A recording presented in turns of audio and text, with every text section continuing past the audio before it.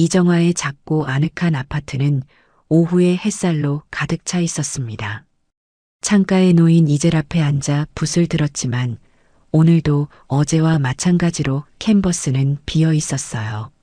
70에 가까운 나이가 되면서 손가락 관절은 점점 뻣뻣해졌고 한때 저의 열정이었던 그림 그리기는 이제 그저 시간을 때우는 방법이 되어버렸죠. 또 하루가 이렇게 가는구나. 한숨을 내쉬며 붓을 내려놓았습니다. 남편이 세상을 떠난 지도 벌써 5해가 흘렀어요. 첫 해는 그저 충격과 비현실감 속에서 지냈고 다음에는 그리움으로 밤마다 베개를 적셨죠. 시간이 지나며 슬픔은 둔하게 변했지만 그 자리를 채운 것은 깊은 외로움이었습니다. 은퇴 후의 삶은 생각보다 훨씬 적막했어요. 자녀들은 각자의 삶을 살고 있었고 손주들도 바쁜 일상에 쫓겨 저를 자주 찾아오지 못했습니다. 전화 통화는 짧게 끝나고 명절에 잠깐 얼굴을 비추는 것이 전부였죠. 비록 남편이 남긴 재산 덕에 경제적으로는 넉넉했지만 마음속 빈자리는 날이 갈수록 커져만 갔어요. 창밖으로 지나가는 젊은 연인들을 바라보며 젊은 시절을 떠올렸습니다. 그때는 모든 것이 가능해 보였고 미래는 밝고 희망찬 것이었어요. 하지만 이제 제 앞에는 외로움밖에 남지 않은 것 같았죠. 오늘은 도서관에 가볼까? 문득 생각했습니다. 매주 화요일은 동네 도서관에 가서 책을 빌리는 날이었어요. 비록 작은 일상이었지만 이런 루틴이 저에게는 소소한 기쁨이었습니다. 도서관은 평소와 같이 조용했어요. 예술 서적이 있는 구석으로 걸어갔습니다. 문학 코너에서 한 남자가 책장을 넘기는 소리가 들렸죠. 중년의 나이에 단정한 차림새였고 안경 너머로 깊은 눈빛을 가지고 있었습니다. 실례합니다. 혹시 이 책 좀 집어주실 수 있을까요? 높은 선반 위의 책을 가리켰어요. 남자는 미소를 지으며 책을 건네주었습니다. 폴 세잔의 회고록이군요. 그림 그리시나 봐요? 전에는 미술교사였어요. 지금은 그냥 취미로 가끔. 부드럽게 미소 지었습니다. 저는 문도윤이라고 합니다. 출판사에서 편집자로 일하고 있어요. 미술 관련 책을 자주 편집하다 보니 관심이 많아졌죠. 그렇게 시작된 대화는 도서관 카페로 이어졌어요. 오랜만에 누군가와 진지한 대화를 나누는 것이 신선했습니다. 문도인은 48배 나이가 믿기지 않을 정도로 젊은 감성을 가지고 있었고 인문학적 지식도 깊었어요. 제가 다음 주에 국립현대미술관에서 열리는 전시회 티켓이 있는데 혹시 함께 가실 의향 있으신가요? 헤어지기 전 문도윤이 물었습니다. 잠시 망설였어요.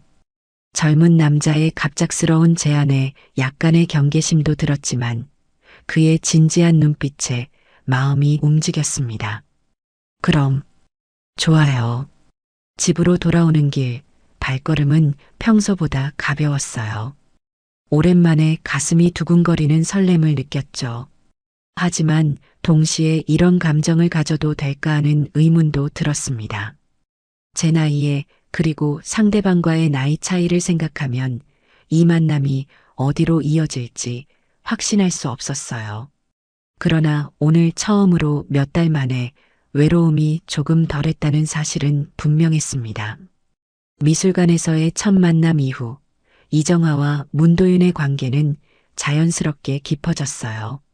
매주 한 번씩 만나 전시회를 보거나 영화를 관람하는 것이 그들의 일상이 되었습니다. 이정아는 오랜만에 누군가와 마음을 나누는 즐거움을 느꼈죠. 도윤의 섬세한 배려와 깊은 대화는 그녀의 일상에 새로운 활력을 불어넣었습니다. 선생님, 오늘은 제가 요리를 준비했어요. 도윤이 어느 날 이정아의 집을 방문했을 때 말했어요. 그의 손에는 장바구니가 들려 있었습니다. 아직도 선생님이라고 부르다니 우리 이제 그 말은 그만해요. 이정아가 미소 지으며 문을 활짝 열었죠. 부엌에서 도윤은 능숙하게 요리를 시작했습니다. 그가 준비한 파스타는 이정아가 평소에 먹던 것보다 훨씬 맛있었어요. 식사를 하며 나눈 대화는 예술, 음악, 여행 등 다양한 주제로 이어졌죠. 이정아는 오랜만에 가슴이 따뜻해지는 것을 느꼈습니다. 정아 씨, 사실 오늘 특별한 말씀을 드리고 싶어서 왔어요. 식사를 마친 후 도윤이 진지한 표정으로 말했어요. 우리가 만난 지 넉 달이 되었어요. 처음엔 그저 좋은 대화 상대로 시작했지만 이제는 이정아의 심장이 빠르게 뛰기 시작했습니다. 그녀도 알고 있었어요. 그들의 관계가 단순한 친구 사이를 넘어섰다는 것을. 당신을 사랑합니다, 정아 씨. 도윤의 목소리는 진심이 담겨 있었어요. 나이 차이가 신경 쓰일 수도 있지만 제게는 그런 것이 중요하지 않아요. 당신의 지혜와 따뜻함, 그 모든 것이 저를 행복하게 합니다. 이정아는 잠시 말을 잇지 못했어요. 갑작스러운 고백에 당황했지만 한편으로는 기다려왔던 순간이기도 했습니다. 도윤 씨, 나도 당신과 함께 있을 때 행복해요. 하지만 내 나이를 생각하면 나이는 숫자에 불과해요. 우리의 감정이 진짜입니다. 도윤이 그녀의 손을 조심스럽게 잡았죠. 함께하고 싶어요. 앞으로도 계속. 그날 이후 그들의 관계는 연인으로 발전했습니다. 하지만 모든 것이 순탄하지만은 않았어요.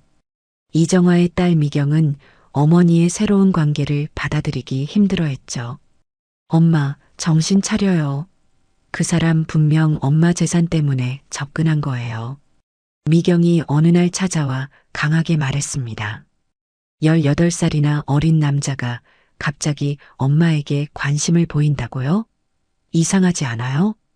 미경아, 엄마도 바보는 아니야. 도윤 씨는 그런 사람이 아니에요.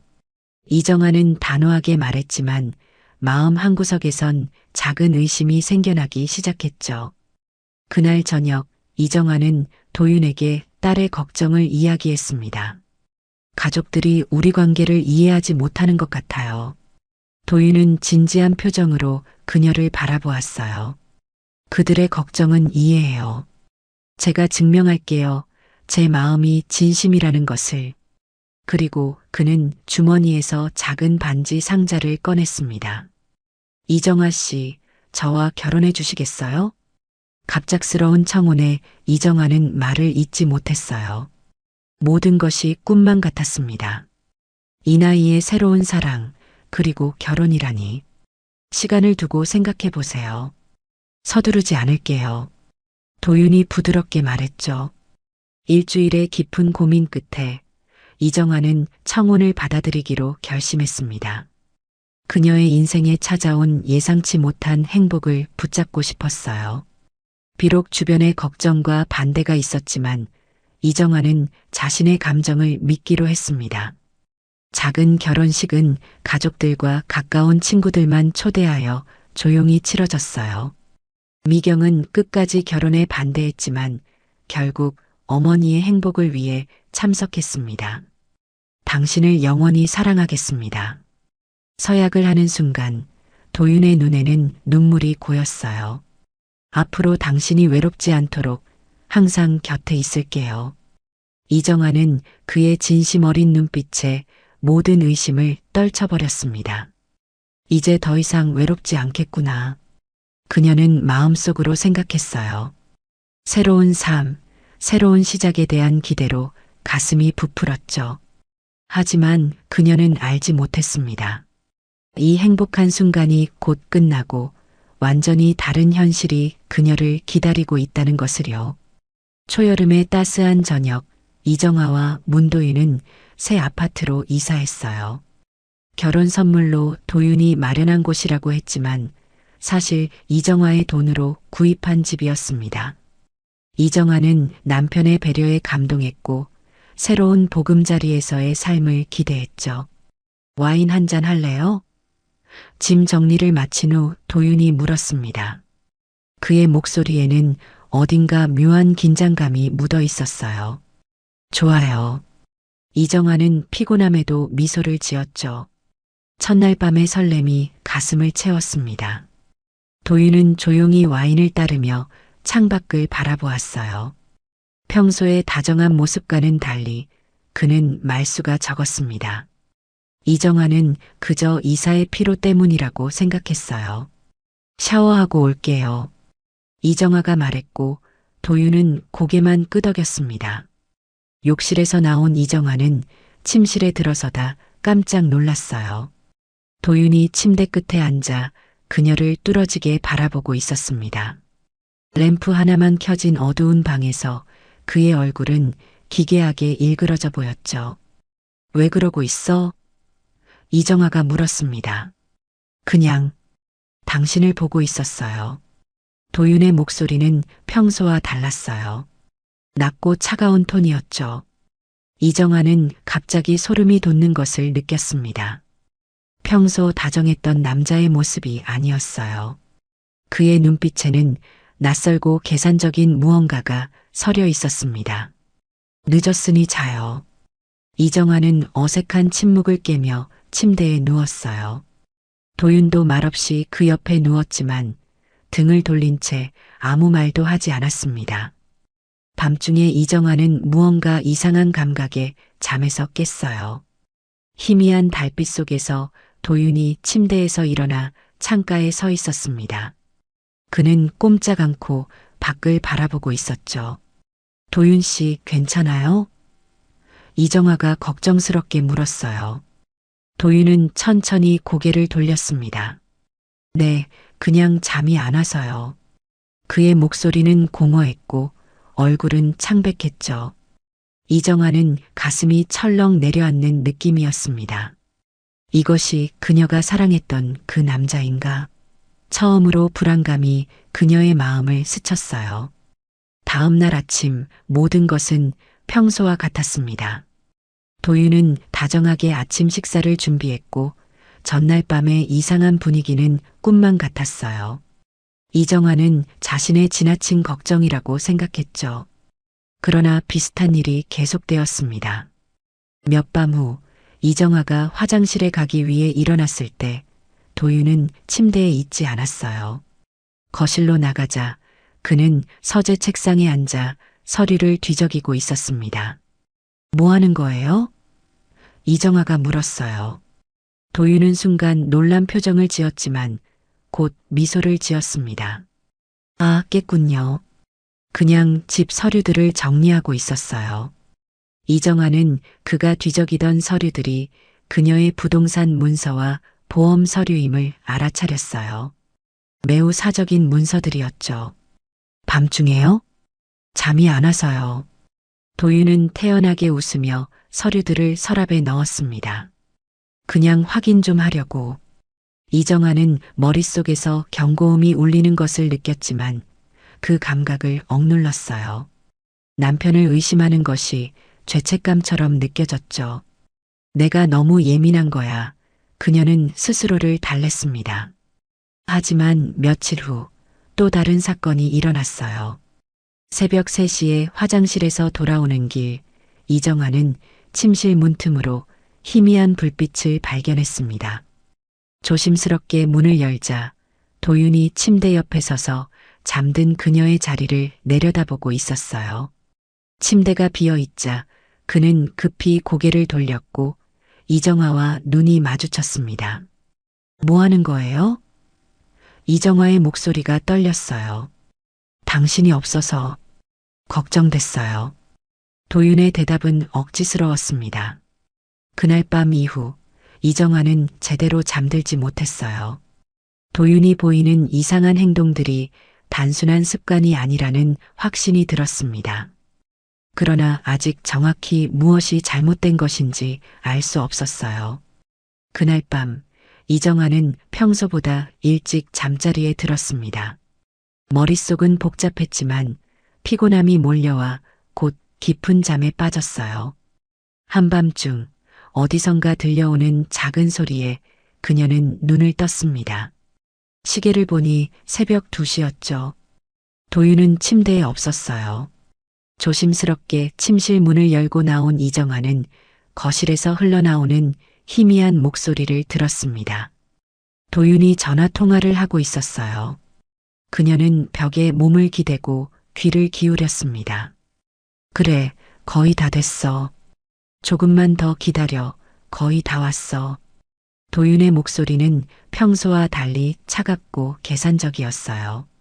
서류는 다 준비했고, 이제 마지막 단계야. 몇 주만 더 참으면 돼. 이정화의 심장이 빠르게 뛰기 시작했습니다. 그의 말은 명백히 그녀에 관한 것이었어요. 마지막 단계라니 무슨 의미일까?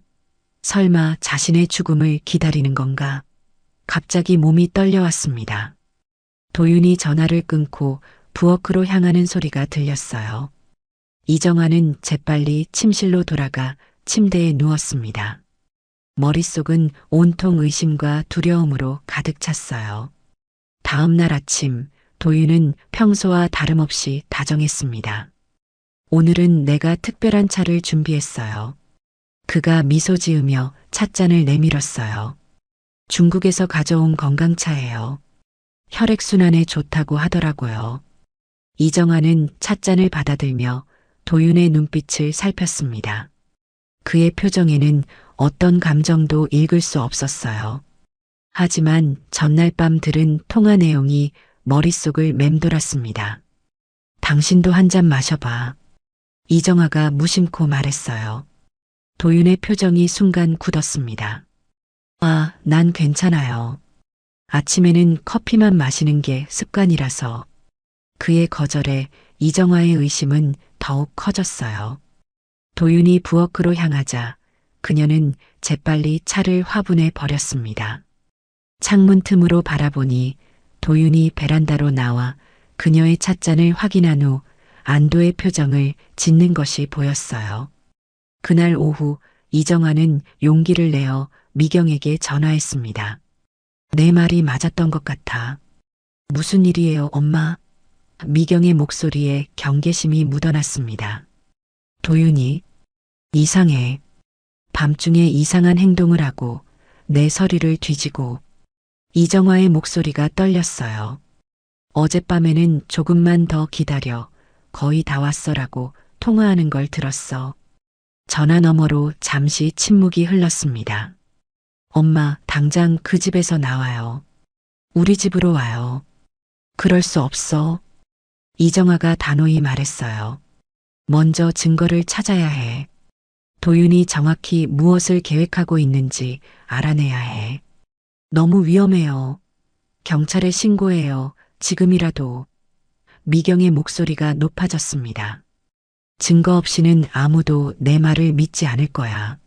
아직은 시간이 있어. 도윤이 날 해치려 한다면 먼저 내 재산에 접근하려 할 거야. 그 전에 내가 먼저 그를 잡아야 해. 통화를 마친 후 이정아는 도윤의 서재로 향했습니다. 그가 외출한 시간을 이용해 서류와 컴퓨터를 확인할 생각이었어요. 서랍장을 하나씩 뒤지던 중 그녀는 숨겨진 서류 뭉치를 발견했습니다. 이게 뭐지? 이정아는 서류를 펼쳐보았어요. 그 안에는 그녀의 명의로 된 대출 신청서가 있었습니다. 5억 원에 달하는 거액의 대출이었죠. 신청서에는 이미 그녀의 서명이 되어 있었어요. 위조된 서명이었습니다. 또한 그녀의 재산 목록과 함께 각종 부동산을 담보로 한 금융 계획들이 상세히 적혀 있었어요.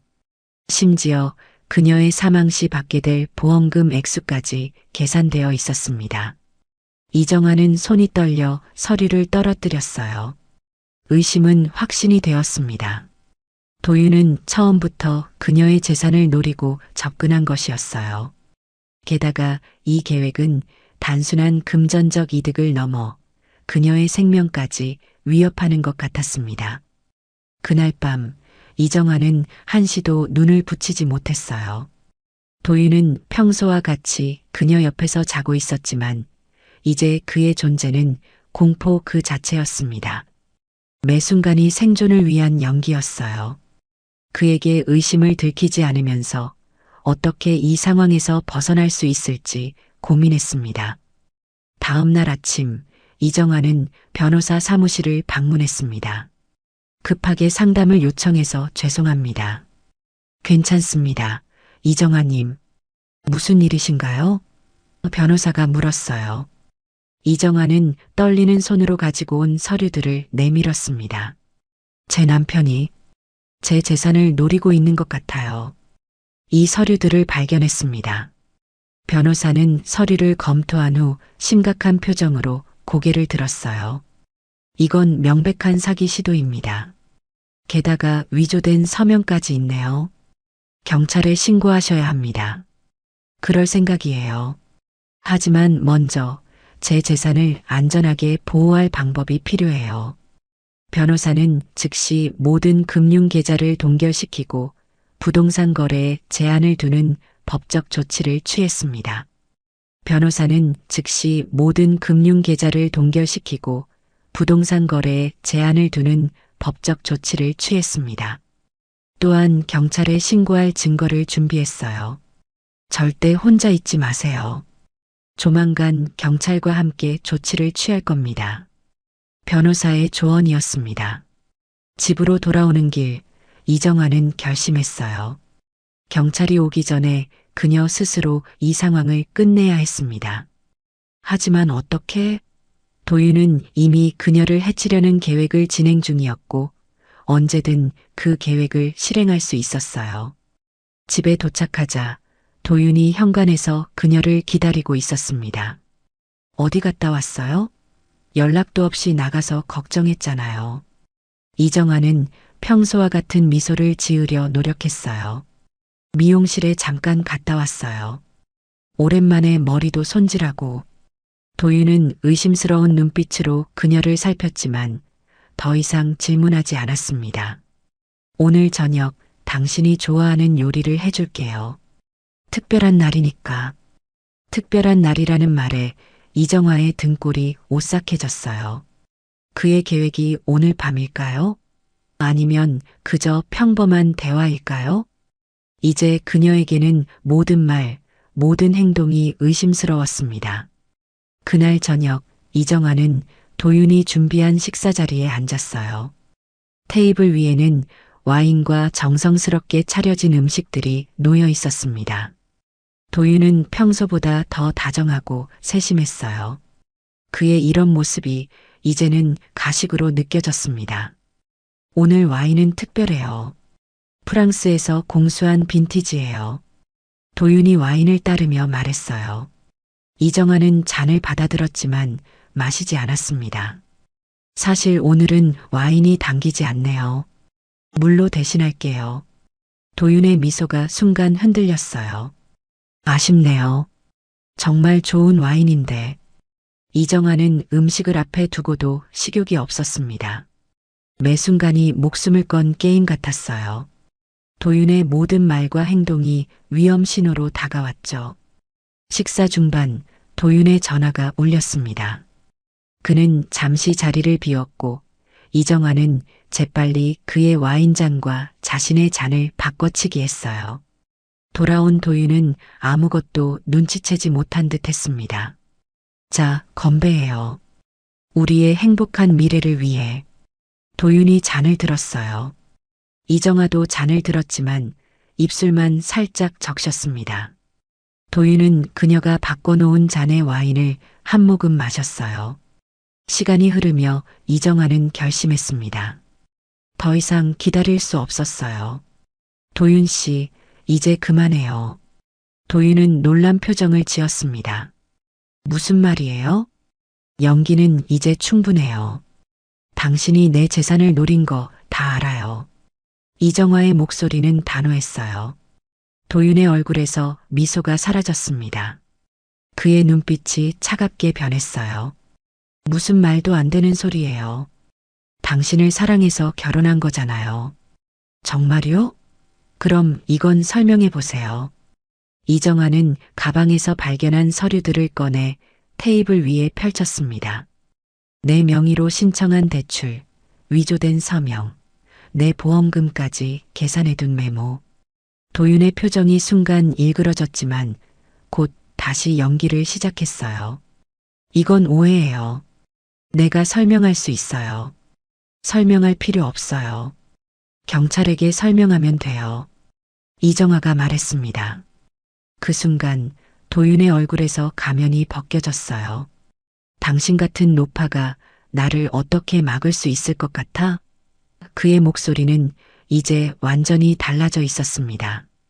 차갑고 잔인했죠. 도윤이 테이블을 가로질러 이정아에게 손을 뻗으려는 순간 현관문이 열렸어요. 경찰과 미경이 들어왔습니다. 문도윤 씨 사기 및 살인미수 혐의로 체포합니다. 경찰관이 선언했어요. 도윤은 잠시 도망칠 기회를 엿보았지만 곧 체념한 듯 어깨가 늘어졌습니다. 경찰이 그에게 수갑을 채우는 동안 그는 이정아를 향해 마지막 말을 던졌어요. 난 당신을 사랑했어. 정말로. 이정아는 고개를 저었습니다. 당신이 사랑한 건 나의 돈이었지. 내가 아니었어. 경찰이 도윤을 연행해 간 후 집안에는 무거운 정적만이 남았어요. 미경은 어머니 곁에 앉아 그녀의 손을 꼭 잡았습니다. 이정아의 얼굴은 창백했지만 눈에는 이상하게 평온함이 깃들어 있었어요. 엄마 괜찮아요? 미경이 걱정스럽게 물었습니다. 이정아는 천천히 고개를 끄덕였어요. 이제 괜찮아. 모든 게 끝났으니까. 그날 밤 이정아는 딸의 집에서 묵기로 했습니다. 비록 도윤은 체포되었지만 그녀의 집은 아직 그의 흔적으로 가득했고 당분간 그곳에 돌아가는 것은 힘들 것 같았어요. 미경의 작은 손님방에 누워 이정아는 천장을 바라보며 지난 몇 개월을 되돌아보았습니다. 어떻게 그녀는 그런 위험한 남자에게 완전히 속을 수 있었을까요? 사랑이 그녀의 눈을 그토록 멀게 만들었던 걸까요? 바보 같은 노파였어. 이정아는 혼잣말로 중얼거렸습니다. 그러나 곧 스스로를 다그치는 마음이 들었어요. 아니, 그녀는 바보가 아니었습니다. 그저 사랑을 믿었을 뿐이죠. 도윤은 처음부터 그녀를 속이기 위해 완벽한 연기를 했던 것이었습니다. 다음 날 아침 경찰서에서 연락이 왔어요. 수사관은 도윤의 과거에 대해 더 많은 정보를 알려주었습니다. 이정아 씨, 문도윤은 아니 그의 본명은 강민수입니다. 그는 이전에도 3번이나 비슷한 수법으로 여성들에게 접근해 재산을 갈취한 전과가 있습니다. 이정아는 숨을 들이켰어요. 다른 피해자들은 어떻게 됐나요? 2명은 재산 피해만 입었지만 1명은 수사관이 잠시 말을 멈추었습니다. 불행히도 사망했습니다. 공식적으로는 자연사로 처리됐지만 저희는 항상 의심했습니다. 이 말에 이정아의 등골이 오싹해졌어요. 그녀가 얼마나 위험한 상황에 처해 있었는지 비로소 완전히 실감했습니다. 만약 그날 밤 그녀가 행동하지 않았다면, 그리고 미경과 경찰이 도착하지 않았다면, 강민수, 아니 문도윤은 현재 혐의를 부인하고 있습니다만 발견된 증거들은 상당히 결정적입니다. 재판까지는 시간이 걸리겠지만 그가 오랫동안 감옥에 있을 것은 확실합니다. 통화를 마친 후 이정아는 마당으로 나가 벤치에 앉았어요. 봄의 따스한 햇살이 그녀의 얼굴을 비추었습니다. 바람에 꽃잎이 흩날리는 모습을 바라보며 그녀는 자신의 삶에 대해 생각했어요. 남편과 사별 후 그녀를 짓눌렀던 외로움은 어땠나요? 그 외로움 때문에 이런 위험한 상황에 자신을 내던졌던 것일까요? 도윤이 자신에게 접근했을 때 그녀는 진심으로 행복했습니다. 아름다운 거짓이었지만 그 순간만큼은 진짜 행복을 느꼈어요. 두려움에 굴복할 순 없어. 이정아는 다짐했습니다. 비록 이번 경험이 트라우마로 남겠지만 그녀는 자신의 삶을 포기하고 싶지 않았어요. 재판은 생각보다 빨리 진행되었습니다. 강민수, 즉 문도인은 모든 혐의를 부인했지만 검찰이 제시한 증거들은 압도적이었어요. 이정아의 명의로 된 위조 서류, 그의 이전 범죄 기록, 그리고 그가 숨겨둔 다른 피해자들에 관한 정보까지. 재판일 법정에 들어서는 순간 이정아는 심장이 빠르게 뛰는 것을 느꼈습니다. 3달 만에 다시 보는 강민수의 모습은 생각보다 더 충격적이었어요. 그는 예전에 다정하고 지적인 모습은 온데간데 없이 냉정하고 계산적인 눈빛으로 그녀를 바라보았습니다. 이정아는 증인석에 섰어요. 법정에서 그를 다시 마주하는 것은 쉽지 않았습니다. 강민수는 여전히 그녀를 뚫어지게 바라보았지만 이정아는 더 이상 두려워하지 않았어요. 그는 처음부터 제 재산을 노리고 계획적으로 접근했어요. 심지어 제 건강에 이상이 있길 바라며 병원 기록까지 몰래 열람했습니다. 이정아의 목소리는 떨리지 않았습니다. 강민수의 변호인은 이정아의 증언을 흔들기 위해 노력했어요. 이정아 씨, 혹시 나이 차이 때문에 생긴 불안감으로 피고를 오해한 것은 아닙니까? 그가 진심으로 당신을 사랑했을 가능성은 없나요? 이정아는 차분하게 대답했습니다. 사랑은 독점과 집착이 아닙니다. 그는 밤중에 제 서류를 뒤졌고 제 명의로 대출을 신청했으며 제가 마실 음료에 뭔가를 타려 했습니다. 이것이 사랑입니까? 결국 강민수는 사기, 위조, 협박 등의 혐의로 12년형을 선고받았어요. 이전의 피해자 중 한 명의 의문사에 대해서는 증거 부족으로 기소되지 않았지만 검찰은 계속해서 수사를 이어가기로 했습니다. 재판이 끝난 후 이정아는 변호사와 함께 법원 계단을 내려왔어요. 그녀의 얼굴에는 안도감이 비쳤습니다. 이제 정말 끝났네요. 네, 이정아님. 용기 내주셔서 감사합니다. 당신 같은 피해자가 목소리를 내야 다른 잠재적 피해자들도 보호받을 수 있어요. 집으로 돌아오는 길, 이정아는 창밖으로 펼쳐진 도시 풍경을 바라보았습니다. 지난 몇 개월간의 고통스러운 경험이 그녀를 완전히 다른 사람으로 변화시켰어요. 이제 그녀는 더 강해졌고 자신을 더 소중히 여기게 되었습니다. 일주일 후 이정아는 자신의 집으로 돌아왔어요. 미경은 어머니가 혼자 사는 것을 걱정했지만 이정아는 단호했습니다. 내 집이야, 미경아. 그 사람 때문에 내 공간까지 빼앗길 순 없어. 집안 구석구석을 청소하고 도윤과 관련된 모든 물건을 정리했어요. 새 침대 커버, 새 식기류, 새로운 장식품들로 집안의 분위기를 완전히 바꾸었습니다. 이것은 단순한 청소가 아니라 마음의 정화였어요. 그녀는 오랫동안 방치했던 이젤과 물감을 다시 꺼냈습니다. 창가에 이젤을 놓고 붓을 들었어요. 오랜만에 그녀의 손끝에서 색감이 살아났습니다. 그림 속에는 그녀가 겪었던 모든 감정이 담겨 있었어요. 두려움, 배신, 슬픔, 그리고 마침내 찾아온 해방감까지. 붓끝에서 흘러나오는 색채들은 그녀의 내면을 표현하고 있었습니다. 이정아는 그림을 그리면서 자신의 상처를 치유해 나갔어요. 그리고 서서히 과거의 두려움을 놓아주기 시작했습니다. 내 인생은 이제부터야. 그녀는 결심했어요. 도윤, 아니 강민수가 그녀에게서 빼앗아간 것들이 있지만 그가 절대 빼앗을 수 없는 것이 있었습니다.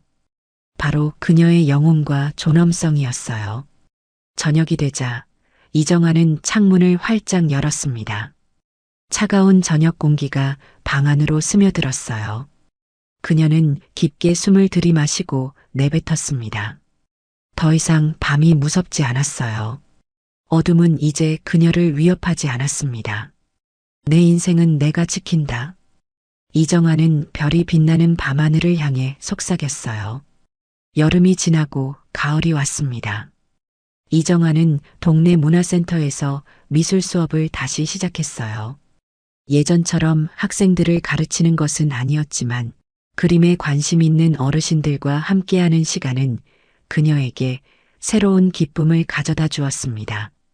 이정아 선생님, 오늘 그림이 정말 아름다워요. 수업 중 한 학생이 말했어요. 고마워요. 그림은 단순히 기술이 아니라 감정을 표현하는 거랍니다. 우리의 상처와 기쁨, 모든 것이 캔버스에 녹아들어야 진짜 예술이 되는 거죠. 이정아는 이제 자신의 경험을 다른 사람들과 나누기 시작했습니다. 특히 홀로 된 여성들에게 자신의 이야기를 전하며 경각심을 일깨워 주었어요. 그녀의 용기 있는 발언은 많은 이들에게 영감을 주었습니다. 미경은 어머니의 변화에 놀랐어요. 엄마, 요즘 정말 달라졌어요. 더 활기차 보여요. 이정아는 미소를 지었습니다. 삶은 계속되는 거야, 미경아. 나이가 들었다고 혹은 상처를 받았다고 해서 인생이 끝나는 게 아니란다. 봄이 다시 찾아온 어느 날, 이정아는 전시회 준비로 분주했어요. 문화센터에서 가르치는 어르신들과 함께하는 첫 전시회였습니다. 그녀의 삶은 이제 완전히 달라져 있었어요. 이정아 선생님, 이 작품은 어디에 걸면 좋을까요? 도우미가 물었습니다. 저 벽이 좋겠네요. 빛이 잘 들어오는 곳에 걸어주세요. 이정아가 자신감 있게 대답했어요. 그녀의 그림 새로운 시작은 전시회의 중심 작품이었습니다. 어두운 배경에서 시작해 점점 밝아지는 색조로 변화하는 그림이었죠. 마치 그녀의 인생처럼 암흑에서 빛으로 나아가는 여정을 담고 있었어요. 전시회 개막일, 이정아의 가족과 친구들이 모두 모였습니다. 미경은 자랑스러운 표정으로 어머니를 바라보았어요. 엄마, 정말 대단해요. 이렇게 멋진 전시회를 열다니. 이정아는 따뜻하게 미소 지었습니다. 모두 너희 덕분이야. 내가 힘들 때 곁에 있어줘서 고마워. 그때 한 여성이 조심스럽게 이정아에게 다가왔어요. 혹시 이정아 씨 맞으신가요? 제가 신문에서 당신의 이야기를 읽었어요. 이정아는 고개를 끄덕였습니다. 네, 맞아요. 저도 비슷한 경험을 했어요. 하지만 당신처럼 용기를 내지 못했죠. 당신의 이야기를 듣고 저도 경찰에 신고할 결심을 했어요. 이정아는 그 여성의 손을 따뜻하게 잡았어요. 용기를 내셨군요. 정말 잘하셨어요. 전시회가 끝난 후 이정아는 혼자 갤러리에 남아 모든 작품을 천천히 둘러보았습니다. 각 그림은 그녀와 수강생들의 이야기를 담고 있었어요. 상처와 치유, 그리고 희망의 메시지였죠. 다음 주 이정아는 새로운 도전을 시작하기로 했습니다. 가정폭력 피해자들을 위한 미술 치료 수업이었어요. 자신의 경험을 통해 다른 이들에게 도움을 주고 싶었습니다. 우리는 모두 자신만의 이야기를 가지고 있어요. 그 이야기를 그림으로 표현하면서 치유의 과정을 시작해 보세요. 첫 수업에서 이정아가 말했어요. 학생들의 눈에서 이정아는 자신의 과거 모습을 보았습니다. 두려움, 불안, 그리고 희망의 빛까지. 그녀는 이제 그들의 여정에 함께하는 안내자가 되었어요. 저녁, 집으로 돌아온 이정아는 테라스에 앉아 별을 바라보았습니다. 예전에는 밤이 무서웠지만 이제는 밤하늘의 별들이 그저 아름답게 느껴졌어요. 인생은 계속되는 여정이야. 이정아는 마음속으로 생각했습니다. 우리는 끊임없이 성장하고 배우고 다시 일어서는 존재야. 그녀의 얼굴에 평온한 미소가 번졌어요. 이정아의 새로운 인생은 이제 막 시작되고 있었습니다.